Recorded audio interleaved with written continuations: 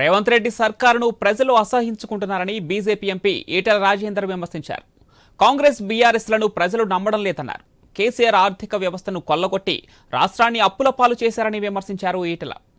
కేంద్ర నిధులతోనే బీఆర్ఎస్ ప్రభుత్వం అభివృద్ధి చేసిందన్నారు ఆయన. నిరుద్యోగ సమస్యను నిర్మూలించే విధంగా కేంద్రం బడ్జెట్ను ప్రవేశపెట్టిందని సిద్దిపేటలో తెలిపారు. టీచర్ల సమస్యలపై కొట్లాడిన పార్టీ బీజేపీ అని ఈటెల తెలిపారు. ఆయన ప్రజలకు తెలవడానికి, ప్రజలు ఆశ్రయించుకోవడానికి కేసీఆర్ 9 సంవత్సరాలు పడితే రేవంత్ రెడ్డి నిజ స్వరూపాన్ని తెలుసుకోవడానికి, రేవంత్ రెడ్డి ఆశ్రయించుకోవడానికి 9 నెలల కాలం పట్టింది.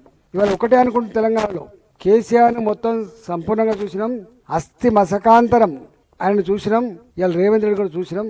ఇవి కాదు, ఇవాళ కేంద్ర ప్రభుత్వ సపోర్ట్ కనుక లేకపోతే ఈ ఊళ్ళల్లో పెరిగే పచ్చడి చెట్టు కావచ్చు, పారే మురికి కాలువ కావచ్చు, నడుస్తున్న సిమెంట్ రోడ్లు కావచ్చు, ఇవన్నీ కేంద్ర ప్రభుత్వం ధర.